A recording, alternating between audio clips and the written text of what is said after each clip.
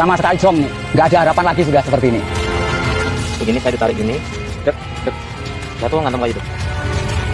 Memang pemerintah itu dia sayang di binatang hewan, pada sayang dari masyarakat.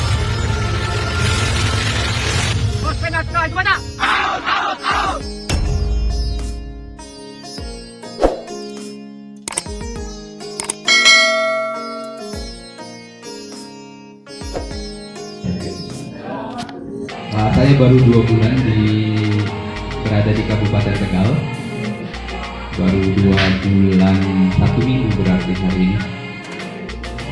Saya asli Palembang.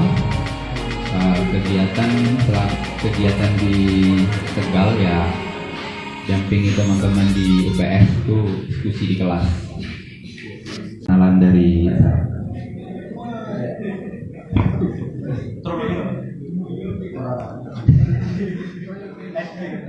ya Mas Abi gini. Mas Abi sendiri kan dari dosen bahasanya apa? Sharing ilmu ya. Kalau kuliah nggak ada. Sharing ilmu di Fakultas Ilmu Sosial dan Politik ya, fisik gitu ya. Kalau juga biasanya fisik. Film tadi kan bermuatan sangat-sangat politik dan yang pasti itu sangat-sangat kontra dengan pemerintah yang sekarang gitu ya Mas Abi ya. Di catatan saya itu ada 3, 4, 5, 6 ada 7 bab dan masing-masing babnya benar-benar menguras emosi ya. Emosi itu nggak selalu nangis gitu ya, ada lucu, ada ketawanya, ada dan lain sebagainya gitu ya. Dan yang pasti ini juga tentang pelestarian hutan gitu ya. Nah kalau menurut Mas Abi nih, dari film ini pandangan Mas Abi sendiri itu seperti apa? Mas Abi sendiri nonton film ini udah berapa kali Mas? Saya sudah 2 kali. 2 kali ya? Nah karena 2 kali berarti seenggaknya lebih paham gitu ya. Kalau saya baru 1 kali Mas. Tapi udah dapet lah intinya. Kalau Mas Abi sendiri pandangan dari film ini gimana? Oke, saya mau minta izin sebentar untuk memulai cengkrama kita pada malam hari ini. Saya ingat ada salah satu puisi Taufik Ismail. Puisi ini berkisah kalau secara garis besar mungkin kisahnya tidak jauh beda atau malah jiplak persis tentang apa yang disampaikan oleh Dandi Laksono melalui filmnya ini.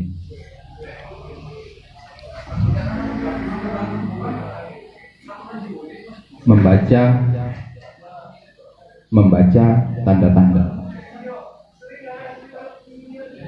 Ada sesuatu yang rasanya mulai lepas dari tangan dan meluncur lewat sela-sela jari kita.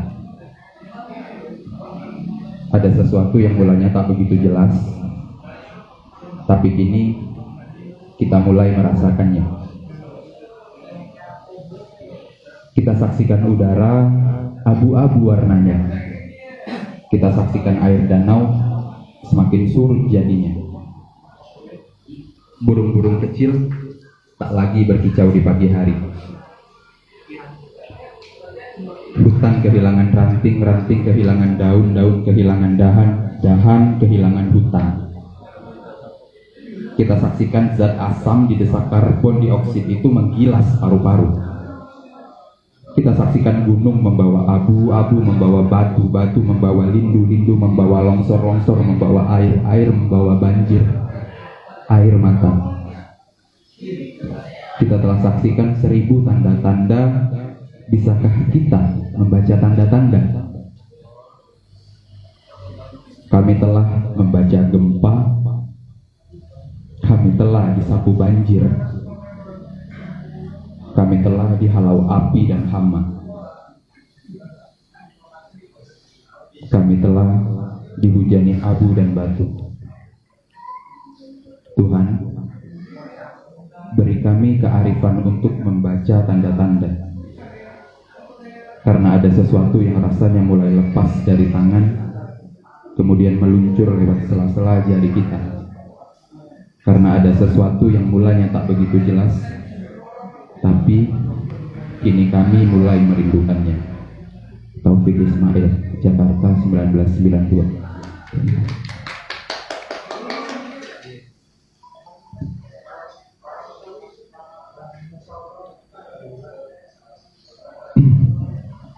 Oke. Jika diresapi, hampir dari seluruh frasa visi Taufik Ismail tadi adalah realita yang terjadi atau realita yang sudah kita saksikan melalui film yang disajikan dan Laksono selama 2,5 jam. Kita telah berada di dalam kepungan banjir, kita telah melewati berbagai gempa yang kalau kita singkat itu seluruhnya adalah bencana. Melalui film ini sebenarnya dan Laksono ingin merefleksikan, ini pandangan saya, dan Laksono ingin merefleksikan bagaimana kehidupan bernegara kita hari ini sebenarnya. Saya akan lebih banyak mungkin melihat atau membaca situasi yang ada dari latar belakang politik dan pemerintahan, karena memang itu background saya. Isu yang dibawa pada film ini ada 3 isu besar. Yang pertama Omnibus Law, yang kedua itu adalah wabah virus corona, dan yang ketiga itu adalah ekologi atau kerusakan atau pencemaran dan segala macam kerusakan yang ada di dunia ini. Ini sebenarnya bukan hal baru lagi ya. Kita bicara masalah lingkungan, mungkin Gus Pala lebih paham, Zoharul Fasad Makasabas Ayyunas. Allah sudah mewanti-wanti kita sejak dari sebelum orangnya ada, sebelum makhluknya tercipta. Mereka ini akan menghancurkan, merusak bumi dengan tangan-tangan.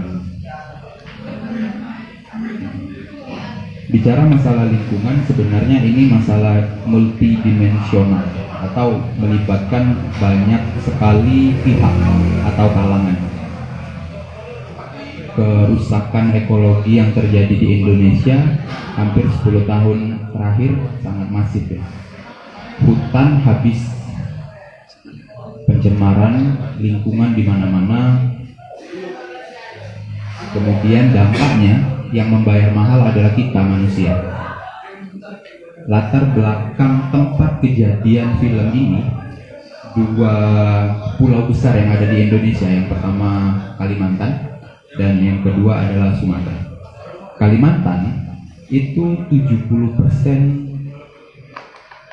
tanahnya sudah dikapling untuk eksploitasi batu bara. 70% tanahnya itu sudah dieksploitasi untuk kebutuhan batu bara. Jadi itu harus dibayar mahal oleh masyarakat di sana dengan kedatangan banjir setiap tahun. Tadi teman-teman sudah lihat kan bagaimana hutan habis kemudian banjir datang. Itu harga yang mahal untuk yang dibayar untuk kerusakan atau pengerukan batu bara yang ada. Sebagai ilustrasi contoh, persediaan batu bara yang ada di Indonesia itu akan habis pada kisaran 60 sampai 80 tahun lagi habis. Ini dibandingkan dengan negara-negara yang memiliki dataran luas ya, seperti Amerika, seperti Rusia, India. Di Amerika, cadangan batu bara mereka tidak akan habis selama 350 tahun lagi. Sedangkan kita akan berakhir dalam masa kurang lebih 60 tahun lagi. Yang artinya bahwa anak cucu kita nanti adalah generasi terakhir penikmat manisnya buah dari batu bara. Sejak abad ke-18, sejak mesin uap ditemukan, itu menjadi berkah sekaligus kutukan bagi kita umat manusia. Mulai dari situ kita mungkin masih ingat bagaimana dulu kolonialisme yang ada di Indonesia itu salah satu tujuannya mengeksploitasi batu bara yang ada di kita, selain rempah-rempah ya. Selain rempah-rempah. Kemudian yang nomor 2 adalah tebu pada saat itu. Kemudian sekarang tebu sudah berganti atau beralih ke sawit palm oil, seperti yang digambarkan lewat film tadi. Ada ratusan juta sekarang hektar tanah yang ada di Indonesia itu dialihfungsikan untuk kepentingan palm oil. Sejak tadi sudah dijelaskan oleh Dandi Laksono, sejak ada peraturan hak guna lahan itu diberikan oleh pemerintah. Kalau kita berbicara masalah apa sih untung ruginya dari membuka atau berkebun, membuka kebun sawit ya, karena memang kita tidak bisa munafik, palm oil sekarang adalah komoditas terbesar nomor 2 yang menyumbang ekspor bagi pendapatan Indonesia, nomor 2 setelah jelas batu bara. Kita tidak masalah atau kita tidak anti dengan palm oil, tapi dampak lingkungan yang tidak diurus dan tidak disiapkan oleh para perusahaan dalam membuka lahan, dalam merusak lingkungan, itu yang sebenarnya diperangi atau yang tidak sejalan dengan visi-visi kesejahteraan ekologi sendiri. Karena mereka dalam membuka lahan ratusan juta hektar, lahan itu dibuka dengan cara membakar, dengan cara menghabisi hutan-hutan, sehingga ladang gambut jadi hancur. Hutan yang awalnya menjadi produsen oksigen terbesar habis. Nah, lucunya kita ya, manusia adalah satu-satunya makhluk yang menebang pohon, kemudian membuat kertas dari pohon tersebut dan menuliskan selamatkan hutan dan pohon. Ini paradoks. Oke. Dari film tadi mungkin ini refleksi bagi kita semua agar menjaga lingkungan atau melestarikan lingkungan dengan cara yang kita punya gitu ya. Kita bisa mulai dari hal-hal kecil. Teman-teman, kita tidak bicara secara makro atau luas tentang kerusakan yang terjadi di film tadi. Bisa kita tarik misalnya ke dalam skup-skup yang lebih kecil, misalnya di lingkungan kehidupan kita, misalnya tidak skup nasional tapi misalnya di Kabupaten Tegal.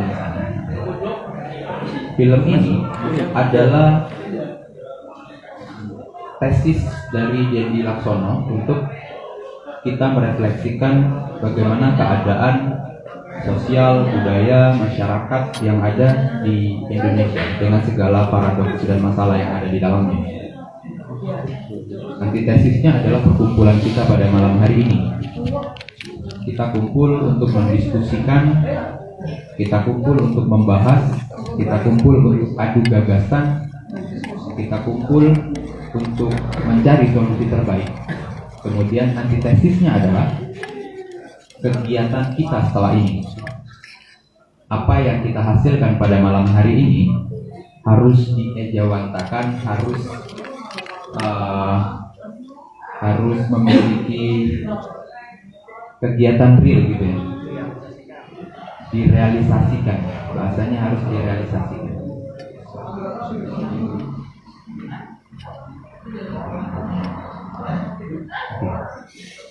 Dilihat dari kacamata politik, jika kesejahteraan itu adalah tujuan besar dari kita hidup bernegara, maka jalan yang kita pilih adalah politik. Sedangkan kendaraan yang kita naiki adalah demokrasi.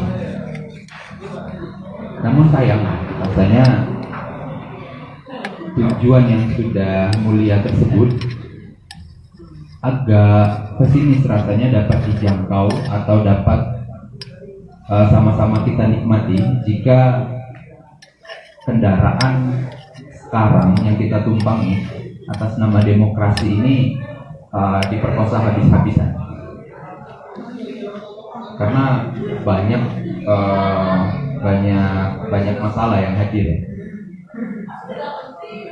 Sejak tahun 98 setelah kebebasan pers dimulai, media dibebaskan dalam menyampaikan aspirasi. Masyarakat memiliki kebebasan berpendapat. Ternyata pemerintah sebagai pemegang saham utama di negara kita merasa terganggu. Misalnya teori strukturasi dari Anthony Giddens menunjukkan bahwa dia mulai besar dengan teori struktur kultural yang selalu di apa ya istilahnya dibawa kepada kelas-kelas dominan.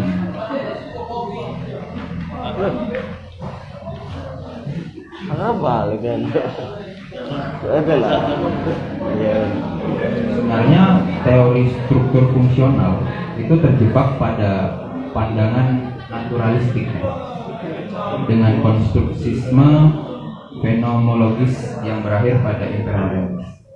Teman-teman mungkin sudah familiar dengan paham kolonial imperialis. Indonesia dijajah 350 tahun dengan paham kolonial. Mereka memperkosa Indonesia habis-habisan. Mereka mengambil barang, mengambil sumber daya yang kita miliki selama itu ya. Tapi hari ini Indonesia masih sangat kaya. Artinya sumber daya yang kita miliki itu sangat kaya. Namun kekayaan itu akhirnya membuat kita pemilik rumah juga akhirnya ikut memperkosa negara kita dengan penambangan yang ada di Kalimantan, penambangan hutan yang ada di Sumatera. Banyak kejahatan-kejahatan yang dilakukan. Omnibus Law, film salah satu topik yang dibawa oleh Dandi Laksono juga adalah salah satu bentuk ketidakadilan sosial bagi seluruh rakyat Indonesia. Harusnya sila itu begitu bunyinya. Ketidakadilan sosial bagi seluruh rakyat Indonesia kecuali bagi mereka yang memiliki kuasa.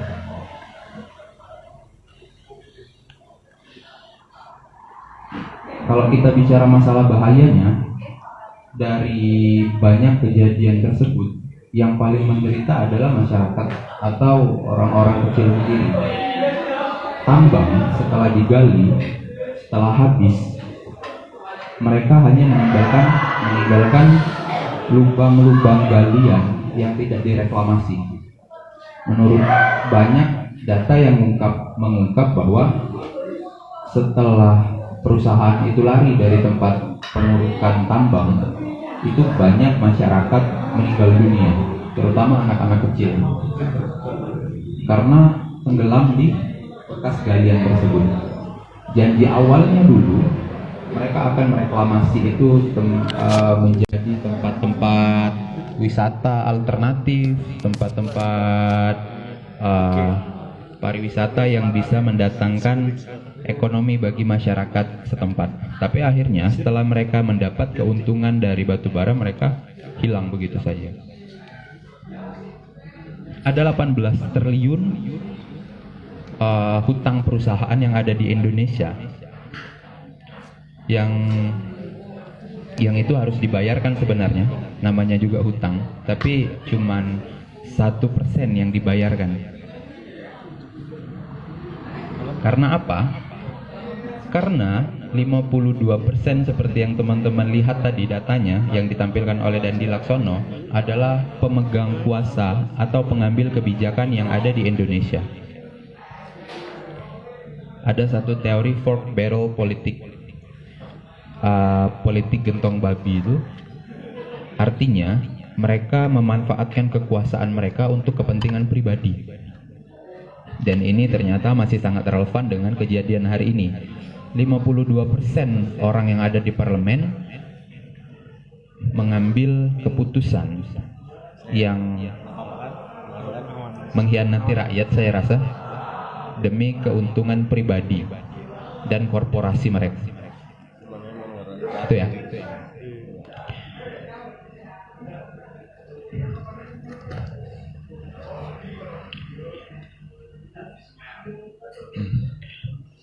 Sebenarnya kejadian-kejadian kecil yang ada ataupun yang terjadi di sekitar kita tanpa kita sadari akan berdampak besar sebenarnya pada keberlangsungan hidup bernegara kita.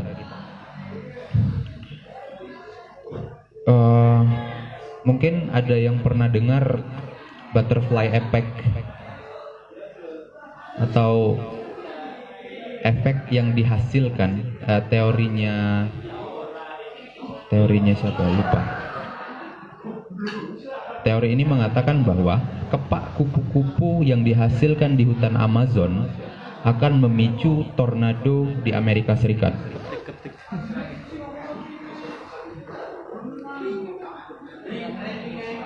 Kepak kupu-kupu yang ada di hutan Amazon dapat memicu tornado yang ada di Amerika Serikat. Artinya, hal-hal kecil saja ini akan berdampak pada kejadian-kejadian besar yang ada di dunia.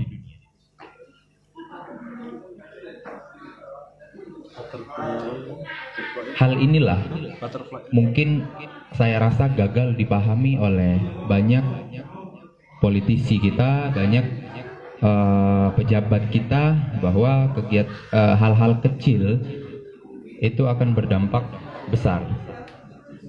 Misalnya dari yang dicontohkan oleh Dandi tadi adalah kematian bekantan, kematian orang hutan. Sebenarnya berdampaknya pada keberlangsungan kehidupan atau pelestarian yang ada di hutan. Karena melalui fesesnya, melalui kotorannya, bekantan atau orang hutan itu menyebarkan benih-benih pohon yang ada di hutan, dan juga menjadi pupuk alami bagi tumbuhan-tumbuhan yang lain. Ini juga mungkin yang gagal dipahami oleh perusahaan-perusahaan sawit yang ada di Kalimantan, di Sumatera, bahwa saat mereka melakukan pupuk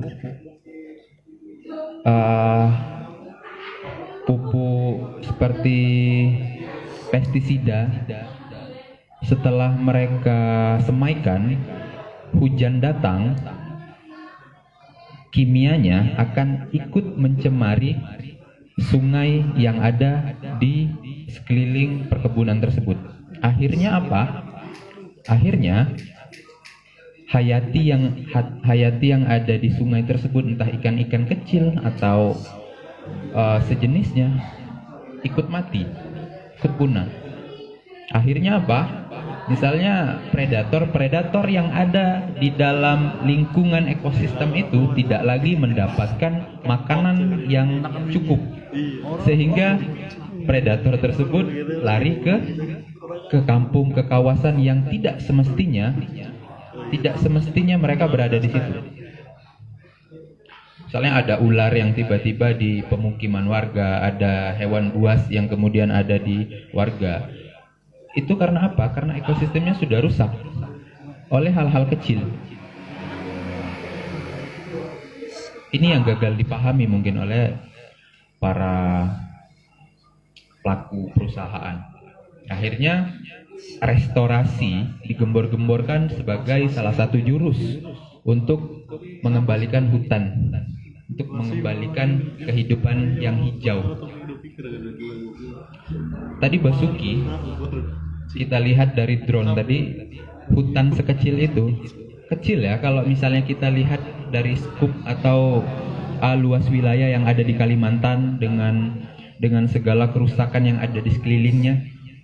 Hutan yang dibangun Basuki tadi adalah kecil.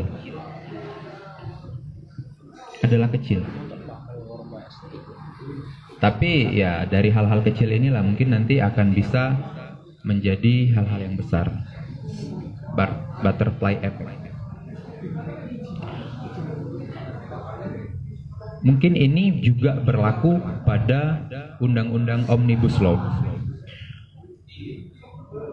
Mungkin sudah telat kalau kita masih menggaung-gaungkan atau mengkritik tentang Omnibus, tapi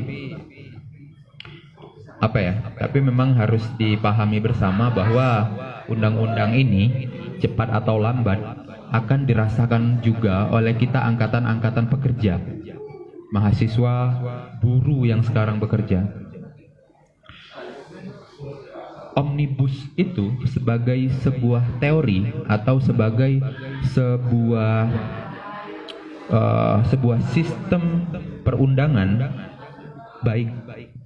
Omnibus itu artinya bis yang besar, menggabungkan beberapa undang-undang menjadi satu, istilahnya omnibus atau bis yang besar. Jadi muatan-muatan yang ada di dalam undang-undang yang kadang kontradiksi dijadikan satu agar tujuannya sama. Seperti naik bis. Sebenarnya undang-undang itu untuk kemudahan investasi, kemudian segala macam yang digaungkan oleh pemerintah. Tapi sayangnya dalam prakteknya ada banyak pasal yang diselundupkan, ada banyak pasal yang ada banyak pasal yang mungkin bisa saja ini titipan bagi para pengusaha, bagi para elit yang diuntungkan ya. Ada 1.700 sekian pasal yang ada di undang-undang Omnibus tersebut. Dari 1.700 itu kalau sudah terlalu banyak, siapa yang akan mencermatinya satu-satu? Kira-kira begitu. Ini juga ketahuan karena undang-undang ini digenjot selama 5 bulan terakhir. Hanya 5 bulan waktu yang dibutuhkan untuk membuat undang-undang sebanyak itu pasalnya, serumit itu pasalnya, dan sedimensional itu yang bersentuhan dengan pasal-pasal itu. Sebenarnya menurut saya ada satu kejanggalan bahwa ini adalah undang-undang yang inkonstitusional. Karena di konstitusi kita menyebutkan bahwa pasal 27 menyebutkan bahwa kita itu dijamin, masyarakat itu dijamin dalam mendapatkan pekerjaan yang layak. Artinya apa? Kalau kita sudah mendapat pekerjaan layak, kita akan mampu, kita akan berani merencanakan masa depan, kita akan berani bermimpi. Maksudnya kita mampu merencanakan masa depan.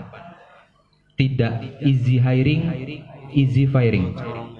Karena di dalam pasal itu, setelah dihapuskannya undang-undang pasal PKWT atau perjanjian kontrak antar waktu, di situ akhirnya para pekerja tidak lagi memiliki haknya untuk mendapatkan pekerjaan tetap dari sebuah perusahaan.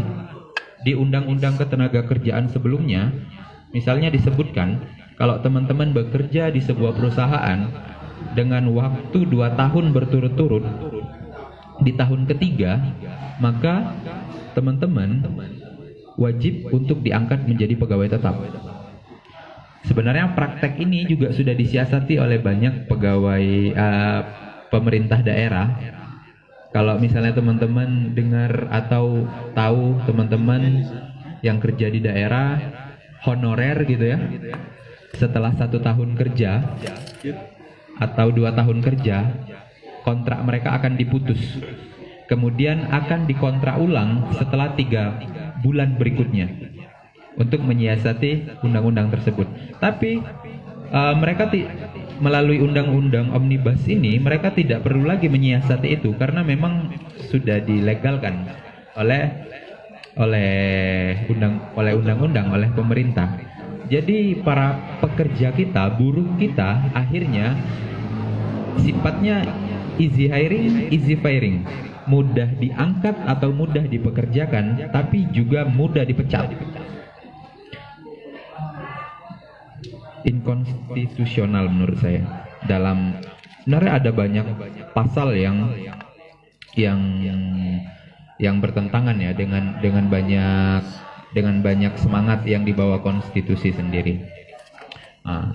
Mungkin itu dulu pemantik dari saya untuk modal kita bercengkrama malam ini. Saya rasa ada banyak pertanyaan atau gagasan yang menarik dilontarkan oleh teman-teman pada malam hari ini. Terima kasih. Oke, ya nanti siapkan ya, barangkali ada pertanyaan dari kawan-kawan atau mungkin gagasan untuk kita gitu ya, biar kita bisa diskusinya lebih hidup gitu ya. Terus ngomong-ngomong, tadi kan banyak sekali dijelaskan kerusakan alam dan lain sebagainya ya Mas ya. Seperti butterfly effect. Ini juga mungkin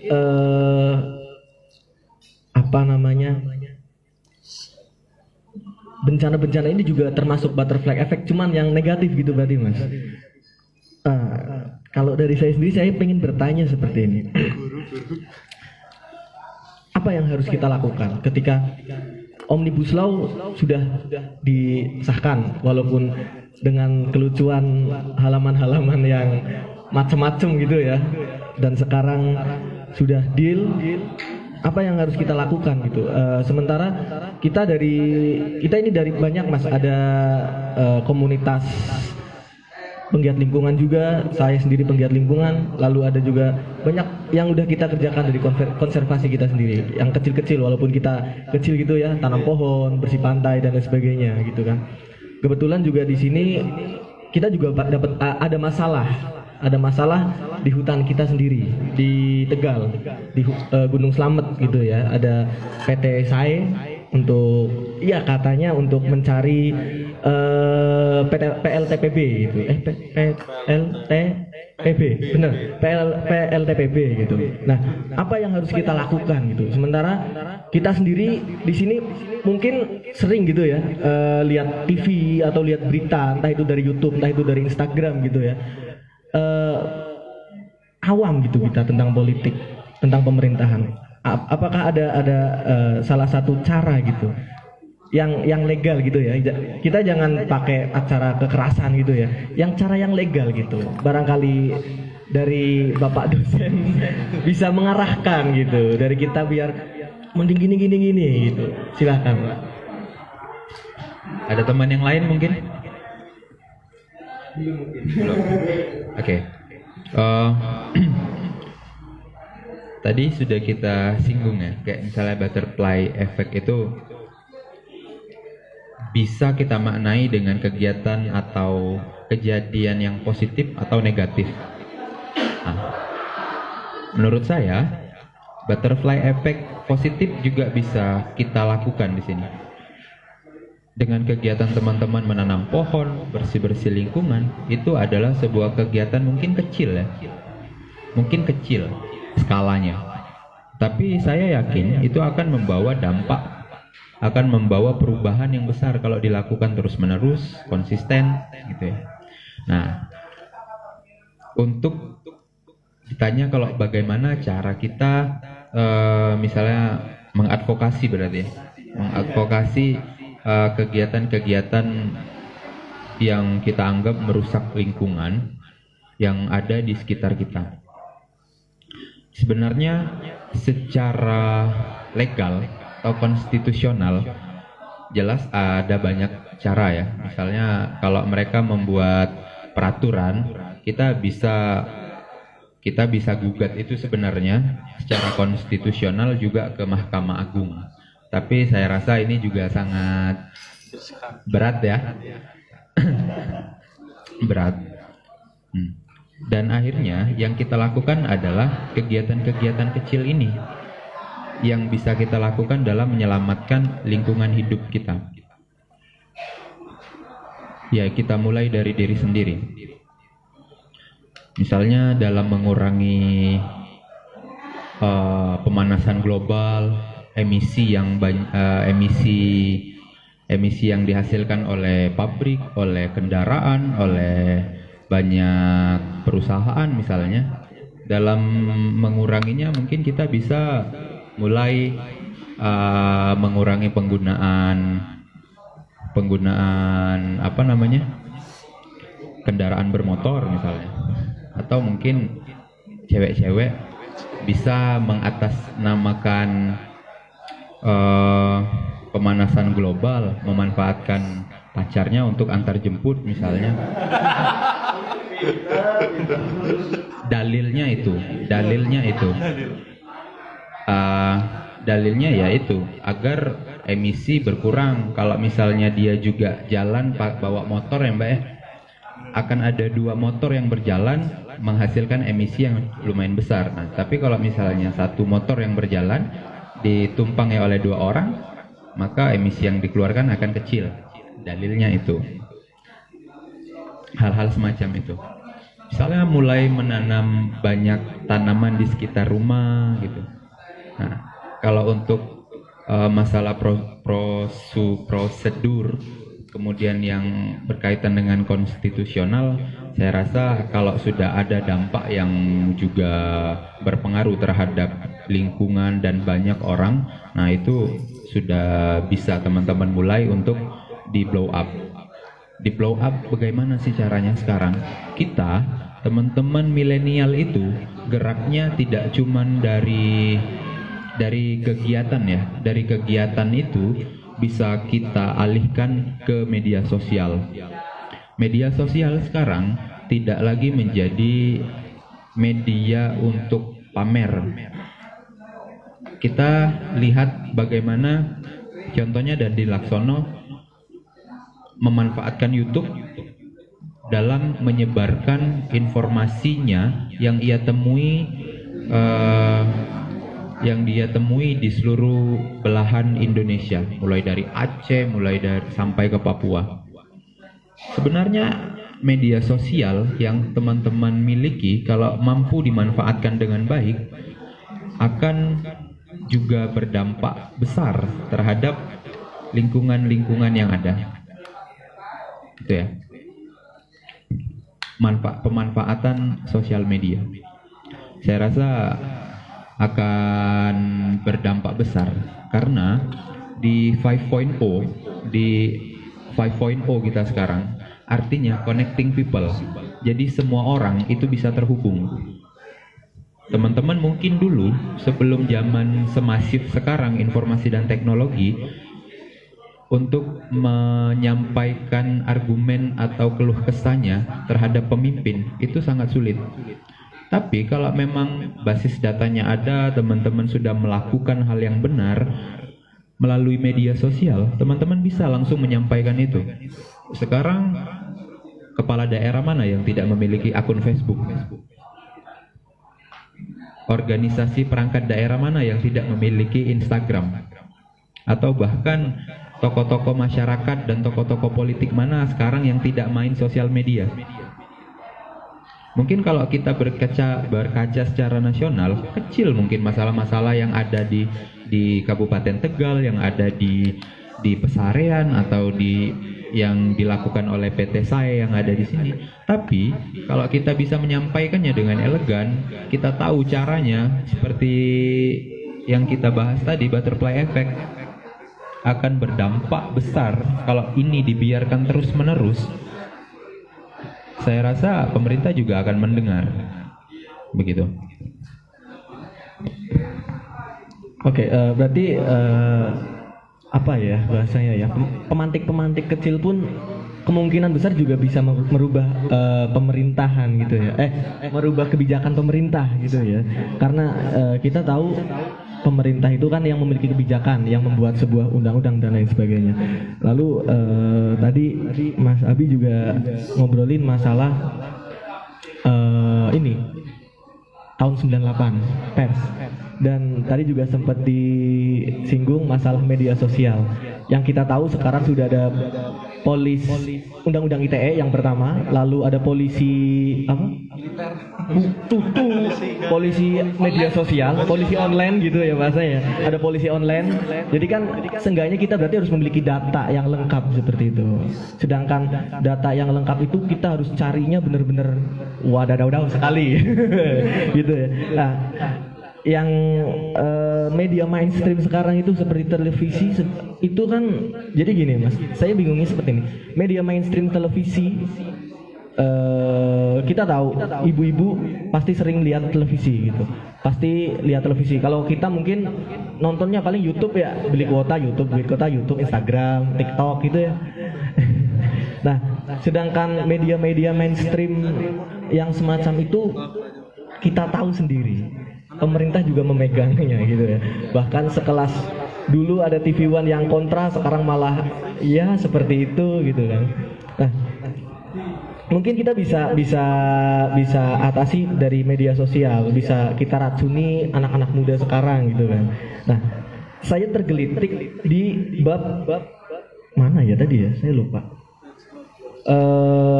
Bab perusahaan dan restorasi, bab 6 itu bab terakhir. Itu saya tergelitik sekali. Jadi sebenarnya jadi di bab 6 itu saya nonton tapi saya belum paham gitu. Kayak kenapa konservasi alam harus menggunakan perusahaan. Itu yang pertama. Iya. Lalu kenapa harusnya mereka walaupun CV atau PT gitu ya, harusnya kan mereka diberi dana untuk restorasi alam tersebut. Kenapa malah mereka harus mengeluarkan dana untuk pajak gitu? Di situ saya, loh kok gini ya? Kok saya bingung gitu. Lah, apakah ini juga bisa menjadi pundi-pundi korupsi dari pemerintah itu sendiri atau seperti apa? Oke, untuk menjawab itu, mengapa kemudian proyek-proyek restorasi diberikan kepada PT atau perusahaan ya? Karena memang seperti yang dijelaskan oleh Dandi tadi, sudah disinggung bahwa memang pemerintah selain berkeinginan memperbaiki lingkungan juga tidak akan mau rugi, karena mereka akan tetap memungut pajak dari perusahaan. Itu yang pertama. Kemudian sebenarnya tidak banyak uang yang dihasilkan dari PT-PT, dari perusahaan yang merestorasi kegiatan-kegiatan lingkungan yang ada. Tapi kok masih ada yang tertarik untuk melakukan hal tersebut? Karena ternyata pendanaannya banyak dari luar negeri. Orang-orang Eropa, kalian tidak janggal atau mempertanyakan kenapa orang-orang Eropa kemudian mau mendanai restorasi yang ada di Indonesia? Padahal pemerintah kita sendiri abai dengan hal-hal tersebut. Nah, tadi ada disinggung carbon trading.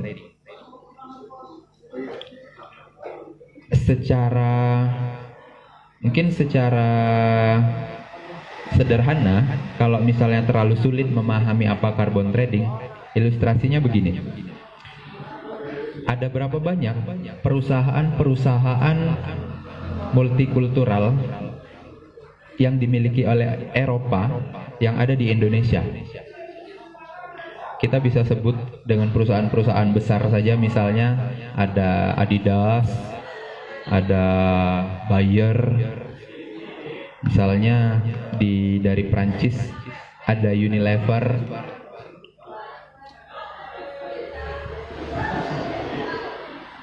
Kalau kita pahami sebenarnya, kalau kita telisik lebih jauh, yang ada di kita itu adalah pabrik-pabrik besar mereka. Sedangkan yang ada di negara mereka adalah hanya kantor-kantor pemasaran. Kenapa demikian? Karena produksi mereka ada di negara-negara berkembang, ada di semenanjung Asia, ada di Indonesia, Thailand, Vietnam. Sepatu-sepatu Adidas ada tidak yang made in Jerman?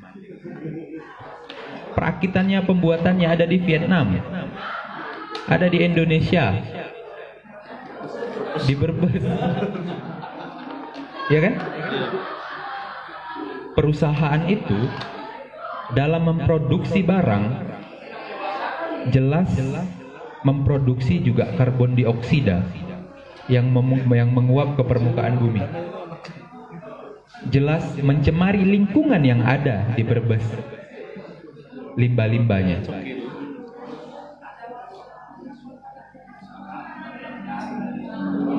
Atas nama restorasi, atas nama cinta lingkungan dan memperbaiki lingkungan hidup yang ada, mereka mengucurkan dana. Sebenarnya ini adalah tukar tambah ataupun bayaran yang harus kita terima dari mereka yang sudah mencemari lingkungan kita. Dan kita juga jelas diupah dengan UMR. Karena kalau misalnya kita bicara masalah bayaran, kalau mereka bikin produksi sepatu mereka di negara asalnya mungkin bisa 10 kali lipat upah yang akan dibayarkan. Tapi di Indonesia cukup satu orang 2 juta. Rata-rata UMR yang ada di Indonesia kisaran 2 sampai 3 atau 4 juta. Itu. Kalau misalnya ditanya kenapa, ya kasarnya mereka mau agar kita tidak marah saja sebenarnya, tidak emosi karena sudah dijejali oleh limbah, dijejali oleh polusi. Nah, diimbangi dengan produksi oksigen. Produksi oksigen itu melalui hutan, melalui penghijauan yang ada, begitu. Itu carbon trading, istilahnya begitu. Oke, berarti iya lebih lucu dari food estate yang tadi ya Mas ya. Anak menteri. Jadi lucunya mereka kalau pemerintah mungkin atas nama investasi seperti itu ya. Investasi lalu para pekerja Indonesia mendapatkan lapangan pekerjaan dan pemerintah mendapatkan pajak. Yang lucunya seperti ini. Membuat di Indonesia bahan dari Indonesia yang beli orang Indonesia, tapi keuntungannya buat mereka gitu. Saya makin wah kok lucu ya. Ada saja. Dan yang pastinya aneh gitu. Kenapa harus seperti itu gitu. Sedangkan UMKM di Indonesia sendiri termasuk yang kurang diminati gitu. Malah bahkan Adidas atau apa gitu di-KW-kan, padahal kan kita harusnya lebih bagus lagi gitu kan. Lucunya seperti itu. Lalu tadi jawabannya belum masuk, yang apakah itu juga menjadi apa ya, titik korupsi di situ atau gimana? Sebenarnya kalau ditanya itu titik korupsi atau tidak, jelas iya, karena saya rasa para pendonor itu juga sadar bahwa uang-uang itu juga tidak akan pernah sampai kepada masyarakat yang melakukan restorasi. Tapi mengapa mereka terus menggelontorkan dana? Ya karena ada alasan untuk membeberkan kalau misalnya sewaktu-waktu ada yang menyerang mereka dalam skup misalnya perusakan lingkungan, dalam apa lah, dalilnya mereka sudah mengucurkan dana untuk restorasi lingkungan yang ada. Dari sepanjang film tadi sebenarnya saya tergelitik dengan satu hal yang ada, mungkin teman-teman juga tertawa pada saat melihat scene bagaimana para tentara kita dipaksa untuk menggarap lahan. Mungkin ini akan berkaitan dengan APBN. Kalau skupnya secara nasional ya. Jadi di postur APBN di tahun 2021 sekarang itu kementerian yang paling banyak menerima dana itu adalah Kementerian Pertahanan. Sekitar lebih kurang 149 triliun. Itu untuk perawatan, untuk untuk menjaga kondisi fisik para tentara ya, untuk gaji para tentara agar tetap fit, agar tetap dalam kondisi terbaik jika sewaktu-waktu kita ada kudeta atau ada serangan dari negara lain atau harus perang misalnya, kan tidak lucu kalau yang turun adalah tentara-tentara dengan perut sebesar-besar gentong misalnya karena tidak dijaga. Ya, akhirnya nanti yang saya khawatirkan mental TNI dari film ini nanti akan kena nih. Saya rasa ada banyak premis yang akan dilontarkan oleh netizen. Enak nih jadi TNI, bisa langsung jadi petani. Misalnya, ini kekhawatiran saja. Tapi saya harap tidak terjadi karena nanti peminat teman-teman yang akan masuk TNI berkurang, tapi saya rasa tidak akan sampai sejauh itu. Ini hanya kekhawatiran saja. Tapi relasinya jelas menurut saya adalah yaitu daripada mereka tidak punya kegiatan program, ya mengapa tidak untuk diarahkan membantu program pemerintah food estate, membuka lahan, membajak sawah, bercocok tanam, ya kan? Nah, itu sebuah instruksi yang mulia saya rasa yang dilakukan oleh Menhan begitu.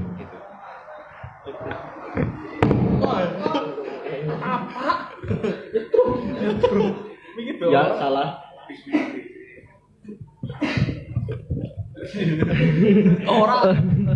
Nyetrum mas. Ya saya juga pastinya tertawa lucu gitu ya. Saya kaget. Jadi di satu sisi ini juga yang di bab 5 ya, yang food estate itu juga sebenarnya apakah mungkin salah perhitungan mungkin pemerintah atau seperti apa? Karena yang kita lihat sendiri ketika kita masuk TNI pasti ada uji fisik seperti itu kan. Uji fisik nggak bisa dong yang seperti Mas Bagus masuk, nggak bisa, harus sispek. Masuk aja bisa. Harus sispek dan lain sebagainya, lalu dengan kondisi prima. Sedangkan kita memiliki petani yang sangat handal. Kita tahu sendiri petani kita itu sangat handal. Bahkan di akhir film saya lebih ketawa lagi, hasil pertanian mereka ternyata kosong semua. Yang biasanya menurut petani mereka, ya kalau misalkan petani yang mengerjakan itu bisa sampai 4 ton sampai 5 ton, ini cuma 1 ton, itu kan berarti wadidaw sekali gitu kan, parah sekali gitu. Lah, apakah ini sama dengan menghambur-hamburkan uang? Apakah kita juga bisa mendebat di situ dengan pemerintahnya itu? Itu kan salah satu Kementerian Kemenhan sendiri kan salah satu yang terbesar yang APBN yang didapatkan ya, dan mereka malah menghamburkan uangnya dengan seperti itu gitu. Apakah itu juga bisa kita bahasanya ya, hajarlah ya bahasanya ya, kita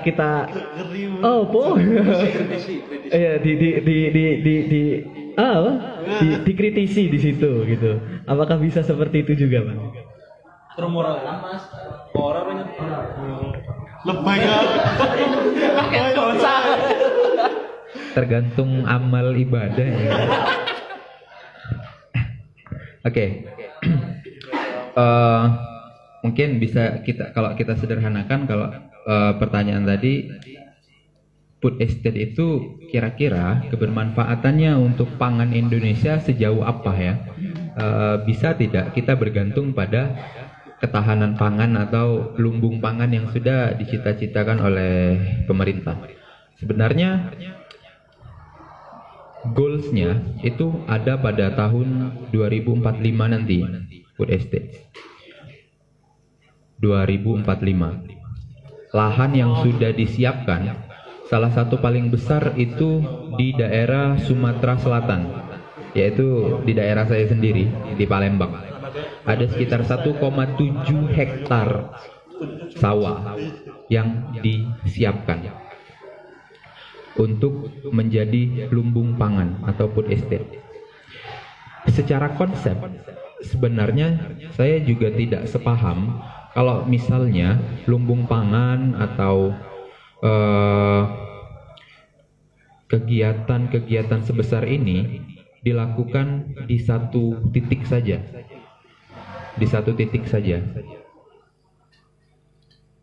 Ini akan menjadi sesuatu yang gambling menurut saya.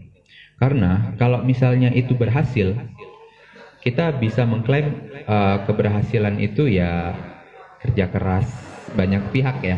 Tapi kalau misalnya gagal, siapa yang akan bertanggung jawab? Kalau misalnya gagal, akan ada banyak orang yang bergantung pada lumbung tersebut.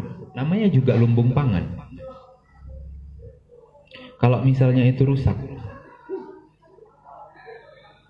bisa dipastikan mungkin kelaparan atau alih makanan pokok kita akan berubah dari beras mungkin jadi jagung atau sagu mungkin. Kalau misalnya kegagalan terjadi ya. Nah, kalau tadi disinggung juga ini juga sebagai menghamburkan uang. Iya, bisa saja dan tidak juga bisa saja. Jadi kalau misalnya dari data LIPI itu ada untuk membuka lahan dibutuhkan sekitar 8 sampai 9 juta lahan per hektar yang ada di Pulau Jawa. Tapi di beda pulau akan beda biaya. Bahkan sampai kisaran 30 juta. Nah, sampai 30 juta untuk membuka 1 hektar lahan. Kalau misalnya ini dibilang menghambur-hamburkan uang, saya rasa juga kalau dilihat dari segi kebermanfaatannya juga tidak bisa kita pungkiri ini juga sangat berarti ya, sangat bermanfaat bagi keberlangsungan pangan yang ada di Indonesia. Tapi di sisi lain kalau misalnya mekanisme ataupun kegiatan yang dilakukan itu salah ataupun disalahgunakan, ini juga akan berdampak sangat besar pada keberlangsungan pangan yang ada di Indonesia. Jelas nanti akan ada banyak ekspor yang masuk, kemudian juga akan berdampak pada menguatnya mata uang asing dan banyak efek domino politik yang akan kita rasakan bersama-sama gitu.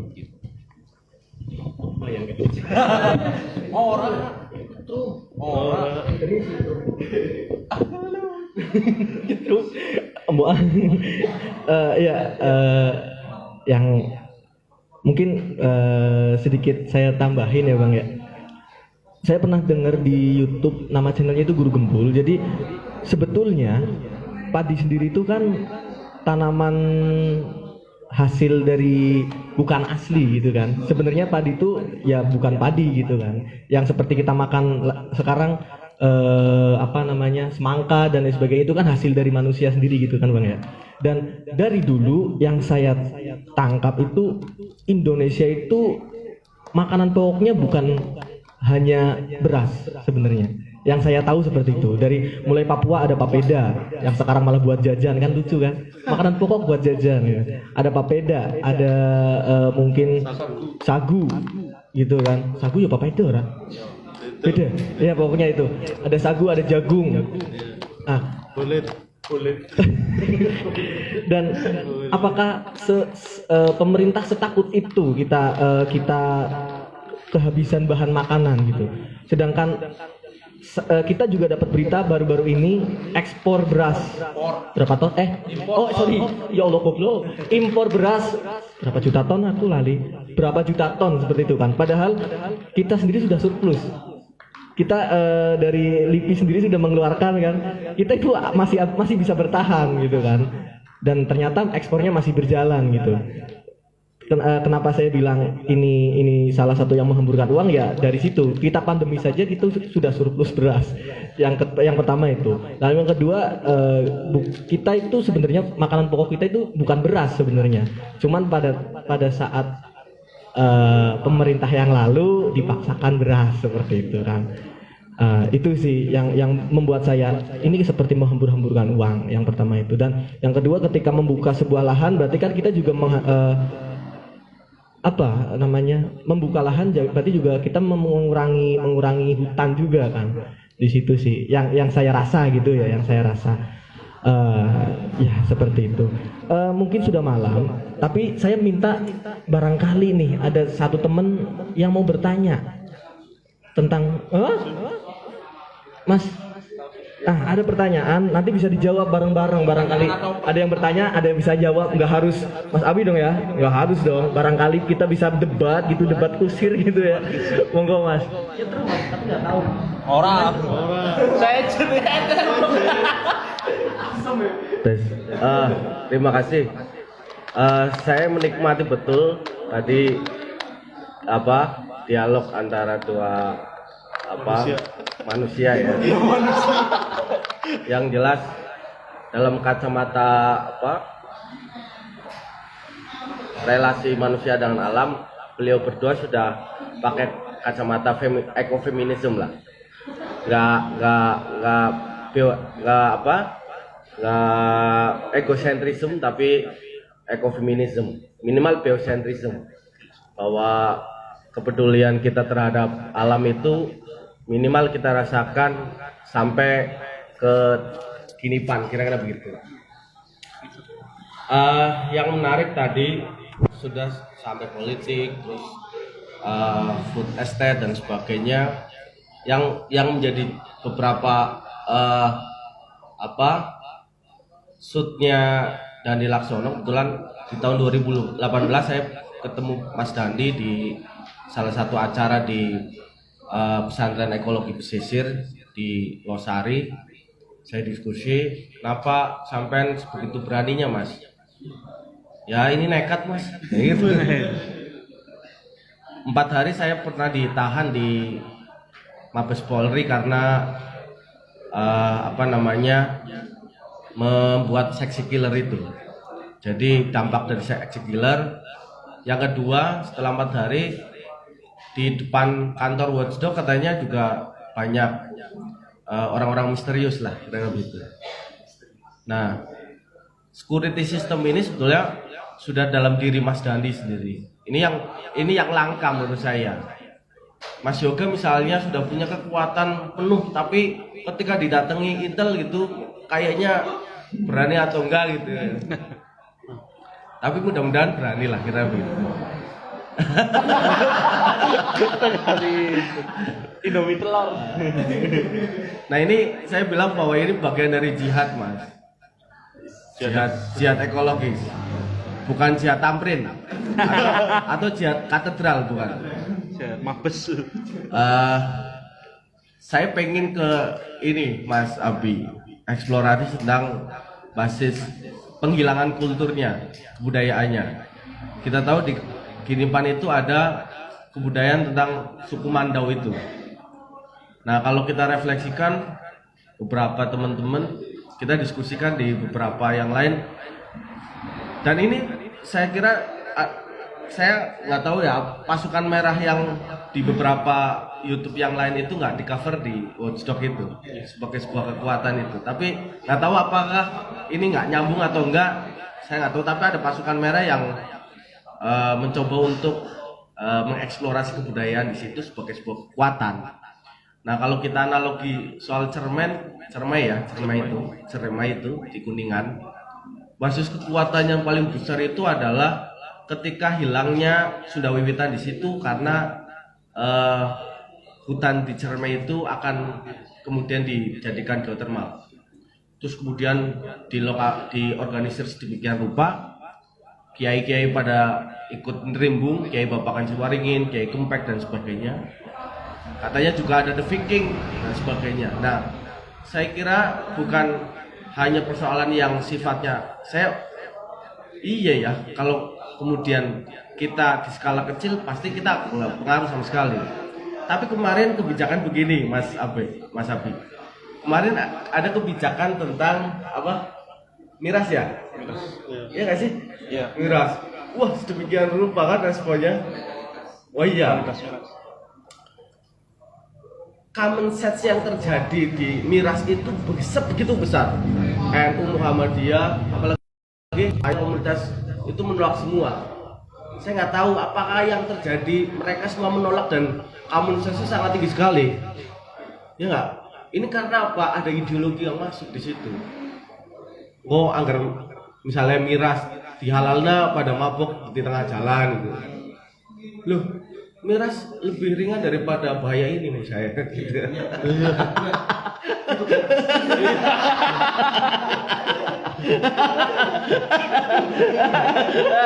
saya pengen Mas juga berstatement nanti. Terdiam bisu, saya dari kemarin terdiam bisu malam Sabtu. Nah, kacamata apa yang kemudian harus kita sorot di kekuatan Mandau dengan basis bukan penolakan. Saya kira kemarin saya bilang sama Mapala Jawa Tengah tuh, kalau sampean hobinya manjat tebing, terus tebingnya hutannya dirusak, tempat bermain sampean mau di mana? Sederhana kan? Di urak-arik tempat bermainnya pan orang nolak, pan membiarkan begitu saja. Pan kita melihat satu bangunan besar seperti Jakarta untuk di tebing. Ini kan nggak menarik menurut saya ya. Apalagi katanya. Nah, saya kemarin baru melintasi di Jatinegara, Mas. Iku Cilirit misalnya, Cilirit kalau Mas Abi pernah ke Puji ada Cilirit ya. Cilirit itu dulu kata orang mengatakan pasti pernah berapa kurun waktu itu memang bergeser karena anak ulane bahasanya ulet temen anak murah gitu loh. Ternyata enggak, itu konstruksi filosofis kehidupan orang dulu mengatakan tanah ini bergeser, tanah ini tingkat kerentanannya sangat tinggi sekali. Jadi jangan usah ada bangunan di situ. Kok dijadikan pinggir-pinggirnya pariwisata? Lihat nggak sebelum itu ada pariwisata, wisata desa. Wah, kita diskusikan di situ. Nah, terus, ini yang menarik di Mandau ini sebetulnya apa yang mau hilang di Mandau di kebudayaannya. Saya nggak melihat suku aslinya di Sawangan, di Purwokerto ya. Kalau ada menarik menurut saya, karena mereka akan sangat merasa ya wes pokoknya anggur rumah itu obrak-abrik siap mati lah gitu. Iya betul. Lah apa yang dari Sunda Wiwitan begitu ya maksudnya? Itu konsen banget itu di Cermet dan sebagainya. Nah, kita melihat di Woodstock ini, di Kinipan ini, bahwa hipotesisnya adalah negara ini belum dikatakan negara yang lagi baik-baik saja. Maksudnya negara kita lagi tidak baik-baik saja. Sementara kita nggak bisa lepas dari korporasi. Kita lihat misalnya kasus Freeport, kita tertahan, kita tercengkrama oleh satu konsensus undang-undang dunia, undang-undang apa ya Mas namanya? Konsensus. Iya, arbitrase ya. Arbitrase yang sudah tahun Orde Baru terus diperpanjang dan sebagainya. Kita nggak bisa lepas dari satu pungkawan kapitalisme global yang ada di sini. Chevron, ExxonMobil, Petronas, Freeport dan sebagainya. Kayak saya mengamini saat dimana ada ILC yang mengatakan mantan jenderal ini TNI siapa? Mas Gatot. Indonesia ini jangan salah bahwa Indonesia ini sebetulnya Indonesia yang mau diencar oleh negara-negara lain. Bukan soal keindahannya, tapi kekayaannya. Nah, Kinipan ini sudah masuk ke ruang-ruang sirkulasi kapitalisme global menurut saya. NGO sudah masuk tadi. PT 3 apa? Yang NGO itu yang nah itu kan bagian dari lipstiknya orang mengatakan kepedulian, padahal sama sekali nggak berbicara kepedulian, nggak berbicara restorasi lah sama sekali. APT. Iya, APT. Nah, ini terus harusnya kita seperti apa? Tuh. Kalau pertanyaan saya ada bahaya apa dalam beberapa hal? Saya kira hutan itu bukan satwa saja, tapi manusia juga mendiami itu. Tapi bahwa apa yang harus kita lakukan menurut saya. Nah, saya bolak-balik mentranslate apa-apa yang dikatakan oleh Greta Thunberg itu. Kalau sampean lihat seorang Greta Thunberg itu, ya kalau sekarang sudah seminar-seminar internasional, Mas.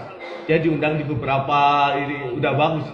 Awalnya dia nggak pengen kuliah, sekolah SD lah bahasanya.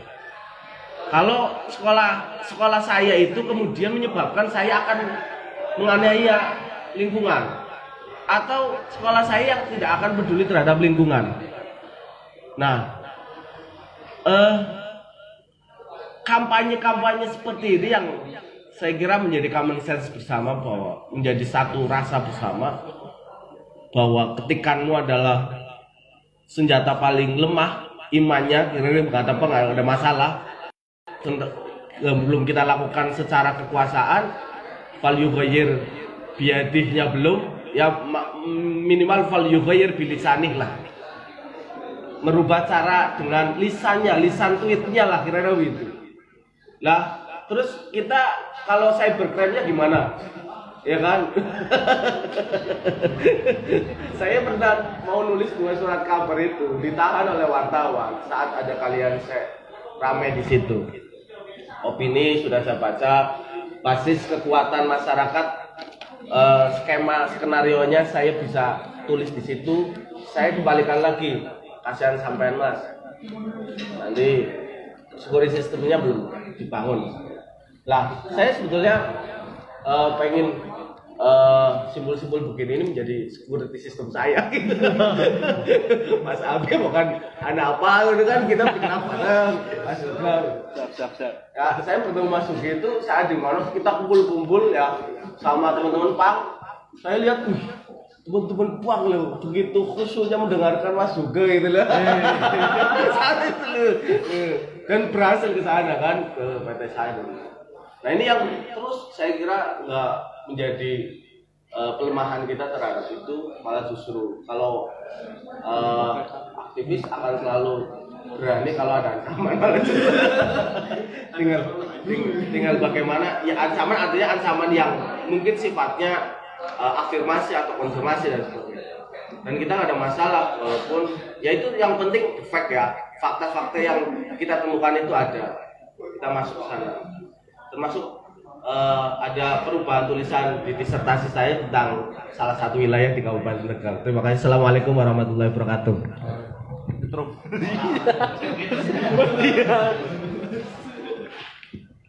Oke.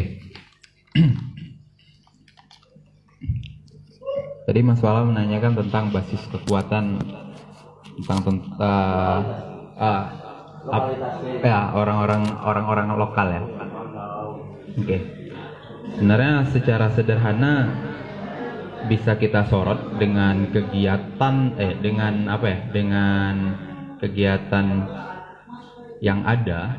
Sebenarnya mereka sudah dikeremus oleh kekuatan kapitalis yang dimatikan atau yang dibunuh juga oleh politisi pengambil kebijakan yang sangat-sangat pragmatis. Jadi mereka sebenarnya sudah habis. Karena menurut Anthony Giddens ada dua teori strukturasi. Yang pertama itu struktur fungsional yang terjebak pada pandangan naturalistik. Artinya struktur-struktur yang ada di bawah, yang tingkat-tingkat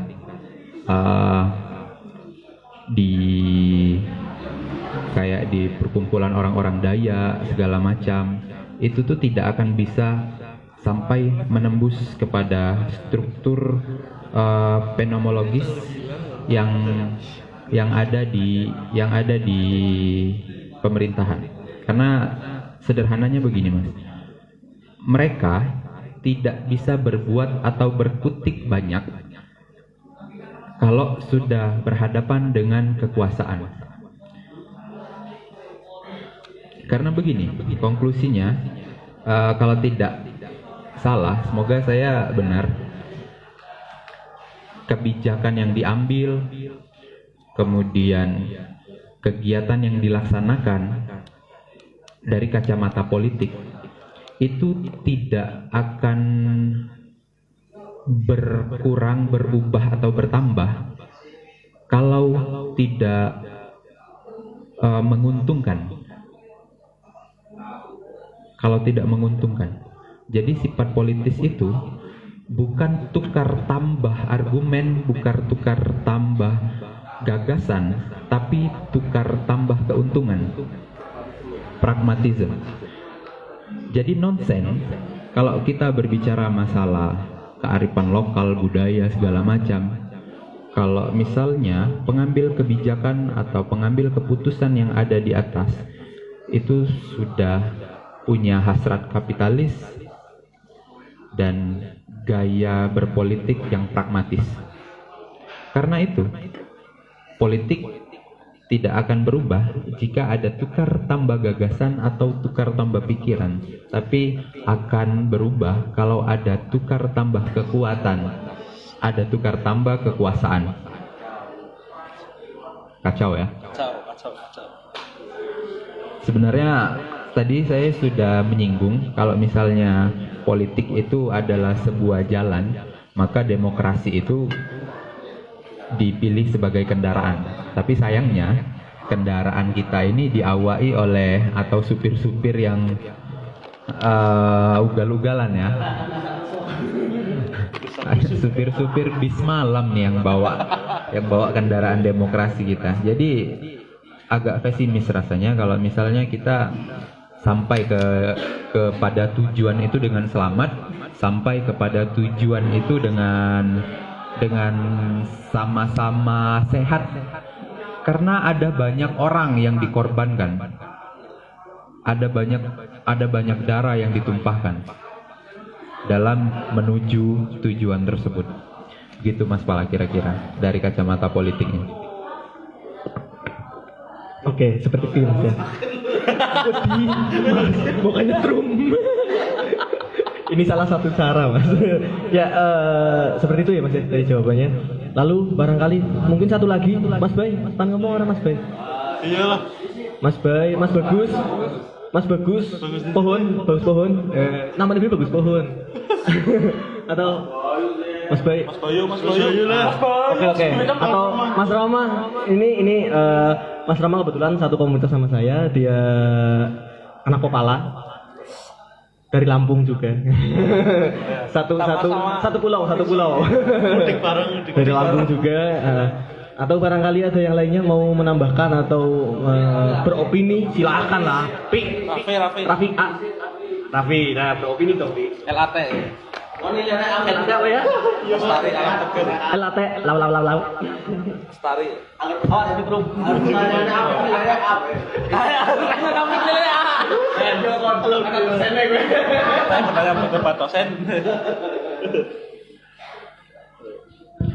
Ya, saya mau nanyain ini sih.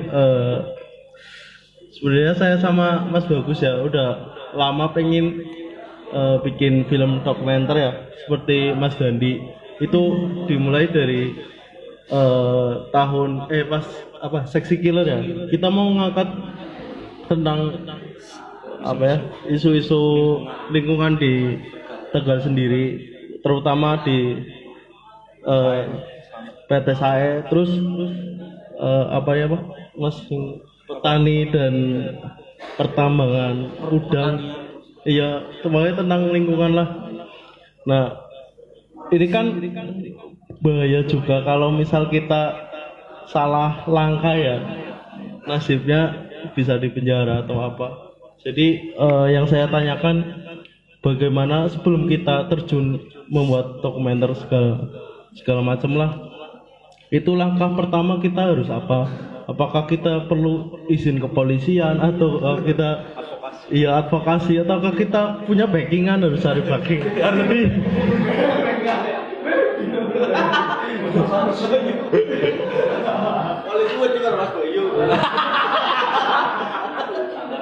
Sangat cek gubara ya.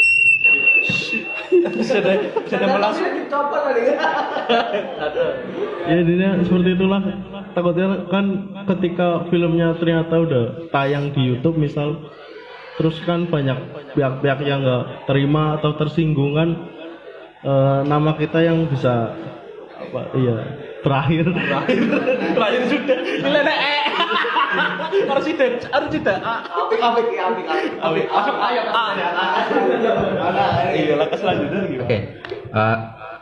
sorry. Sebenarnya kalau yang lebih pantas atau yang lebih paham ya menjawab pertanyaan itu sebenarnya mungkin teman-teman dari komunikasi. Tapi begini, secara sistematis mungkin saya bisa mengarahkan kalau teman-teman nanya apa sih langkah awal yang harus dimulai. Saya melanjutkan statement saya tadi. Politik itu tidak akan berubah jika hanya ada tukar tambah gagasan. Dia akan berubah jika ada tukar tambah kekuatan. Maka berhentilah berargumentasi dan mulailah konfrontasi.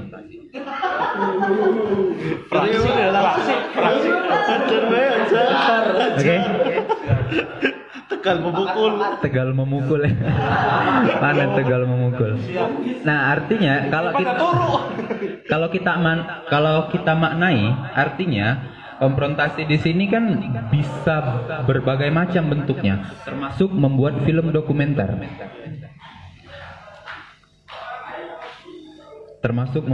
dokumenter. Nah, jelas nanti dalam proses pembuatan film, teman-teman pasti sudah menyiapkan konsep yang pertama, konsepnya apa, kemudian apa yang mau diangkat, kemudian nanti ada proses editing, review, kemudian segala macam sampai akhirnya film itu dilemparkan ke publiknya. Nah, jadi saya rasa jangan dulu tanam ketakutan itu di awal. Jangan dulu tanam ketakutan itu sebelum melakukan sesuatu. Kalau misalnya memang sudah ada hal yang harus ditakutkan nanti, nah baru kita diskusikan.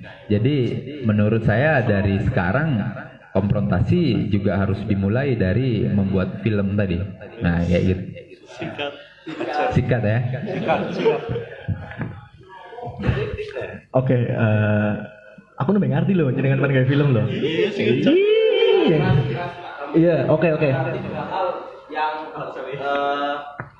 dilakukan Mas Dani Laksono saat membuat Seksi Killer itu, yang penting Mas Raffi itu punya data mewawancari secara original terhadap warga terdampak. Ya, mereka yang terdampak itu bagaimana mewawancarai lah, kira-kira begitu. Kadang-kadang mereka juga takut, tapi dengan kita sangat safety, kita sangat melebur dengan mereka, saya kira sangat bisa kita peroleh data-data itu. Mas Dani Laksono itu memulai dengan tiga air itu, yang kemarin saya bilang itu harus 3 ini, minimal 2 lah. keringat sama darah. Keringat sama darah. Yang satunya saya kira nggak usah lah, karena itu bagian dari yang lain. Nah, keringat mereka dipotret landscape-nya sedemikian rupa, bagaimana sebetulnya perjuangan-perjuangan mereka untuk kemudian sampai kepada survivalnya, kehidupannya. Yang kedua soal perjuangan yang dilakukan oleh mereka untuk melakukan konfrontasi. Kita bantu terhadap kekuatannya itu. Saja sih menurut saya dari skenario film yang dari itu sudah sangat bagus menurut saya.